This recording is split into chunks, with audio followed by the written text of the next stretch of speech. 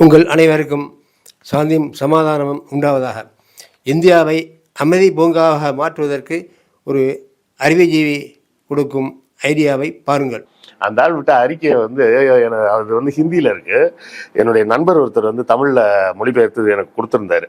இஸ்ரேலுக்கும் இஸ்ரேலிய மத தலைவர்களுக்கும் இஸ்ரேலிய தலைவர்களுக்கும் ஒரு விண்ணப்பம் வைக்க விரும்புகிறேன்.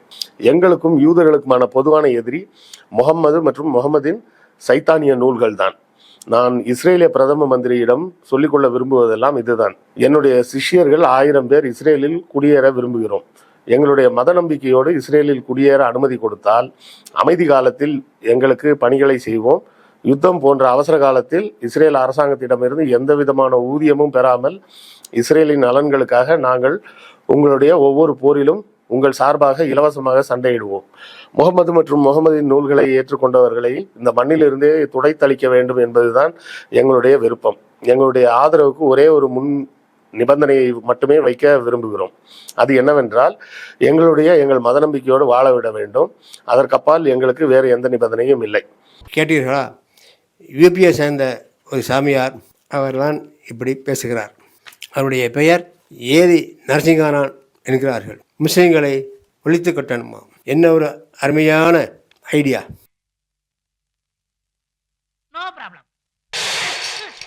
அவருக்கு ரோசம் இருந்தால் அரபு நாடுகளுக்கு போகிறார்களே, முதலில் அவர்களை தடுத்து நிறுத்துவாரா? அனைத்து அரபு நாடுகளிலும் லட்சக்கணக்கில் இருப்பவர்கள் ஐயர் பையங்கள் தான். அவர்களிடம் போய் எல்லோரும் வாங்கப்பா முஸ்லிம்களை ஒழித்து கட்டுவோம் என்று அவர்களை கூப்பிட்டால் எவன் கூப்பிட்டானோ அவன் அடி வாங்குவது மாமி கையில் தான். நண்பர்களே, நான் சொல்வது சரிதானே? 1400 ஆண்டுகளுக்கு மேலாக நாட்டை முஸ்லீம்கள் நாசப்படுத்தி விட்டார்கள். எவன் உண்மையில் நாசப்படுத்தினானோ அவன்தானே முதலில் நாட்டை விட்டு வெளியேறணும். மக்களே, ஷெர்ஷாவை பற்றி உங்களுக்கு தெரியுமா?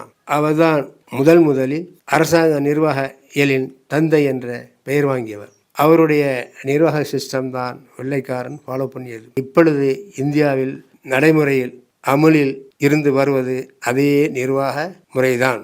இராணுவம், கோர்ட்டு, வரி வசூல், நிலங்களை பிரித்து அளந்து பட்டா வழங்கியது எல்லாமே அந்த ஷெர்ஷா ஏற்படுத்திய முறைதான். 6 குலங்கள், கண்மாய்கள், இப்படி எல்லாமே வரையறுக்கப்பட்டன. இந்திய அரசு மன்னர் ஷெர்ஷாவை பாராட்டி ஸ்டாம்பு வெளியிட்டிருக்கிறது. வெள்ளைக்காரன் அவரை பெருமைப்படுத்த கரன்சி நோட்டு வெளியிட்டிருக்கிறான். இப்ப அந்த சாமியாரிடம் கேளுங்கள், நாசப்படுத்தியது யார் என்று. அடுத்து இந்த சாமியார் சொல்லுகிறார் முகமது நபி எதிரி என்று. அவர் சொல்வது சரிதான். நிச்சயமாக நபிகள் நாயகம் சாத்தானுக்கும் அவனுடைய கூட்டாளிகளுக்கும் எதிரிதான். ஆனால் உலக மக்களுக்கு கிடையாது. அமா அர்சல்னாக இல்லா ரஹமத்தன் லில் ஆலமீன் என்று ஆண்டவன் குர்ஆனில் சொல்லுகிறான். அதாவது நபிகள் நாயகத்தை ஒரு அருட்கொடையாக படைத்திருக்கிறேன் என்று சொல்கிறான். பக்கத்தை விட்டார் பசித்திருந்தால் அவரின் பசியை போக்காமல் நீங்கள் சாப்பிடாதீர்கள் என்றார்கள் நபிகள் நாயகம். எப்பேற்பட்ட கருணையான உள்ளம் பாருங்கள். விவேகானந்தர் ஒரு ஹிந்து சாமியார். அவர் சொன்னார், நபிகள் நாயகத்தை போல சிறந்த ஒரு தலைவர் உலகத்தில் யாரும் கிடையாது என்றார். அமெரிக்காவை சேர்ந்த மைக்கேல் ஹாக் என்ற ஒரு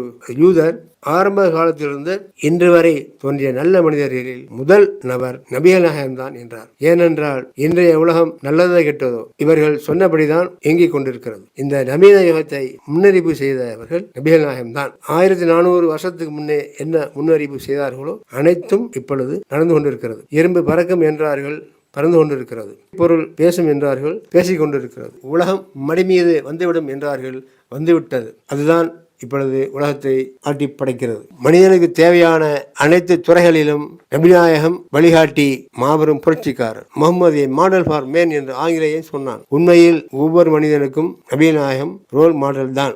ஆண்டவன் சொன்னான் நபிகள் நாயகத்தை பற்றி உஸ்வத்துல் ஹஸ்னா என்று, அதாவது அழகிய முன்மாதிரி என்று. ஒவ்வொரு மனிதனுக்கும் அவர்கள் அழகிய முன்மாதிரி தான். மனிதனை சொர்க்கத்துக்கு வழிகாட்ட வந்தவர்கள் தான் நபிகள் நாயகம். மேலும் அந்த சாமியார் சொல்லுகிறார், குர்ஆன் சாத்தானின் வேதம் என்று. சாத்தானையும் சாத்தானின் கூட்டாளிகளையும் நரகத்துக்கு தள்ள வந்த வேதம் தான் குர்ஆன். இந்த விஷயம் சாத்தானுக்கும் தெரியும், சாத்தானின் கூட்டாளிகளுக்கும் தெரியும். மேலும் அந்த சாமியார் சொல்கிறார், இஸ்ரேலுக்கு போகணுமா? நல்லதுதான், வந்த இடத்துக்கு திரும்பி போகட்டும். இன்னும் அவர்களுடைய ஆட்கள் உலகம் பூரா உள்ள முஸ்லிம் நாடுகளில் இருக்கிறார்கள் அல்லவா, அதாவது அரபு நாடுகளில் லட்சக்கணக்கில் இருக்கிறார்கள் அல்லவா, அவர்களையும் அழைத்து கொண்டு செல்லட்டும். என நண்பர்களே, நான் சொல்வது சரிதானே? நன்றி.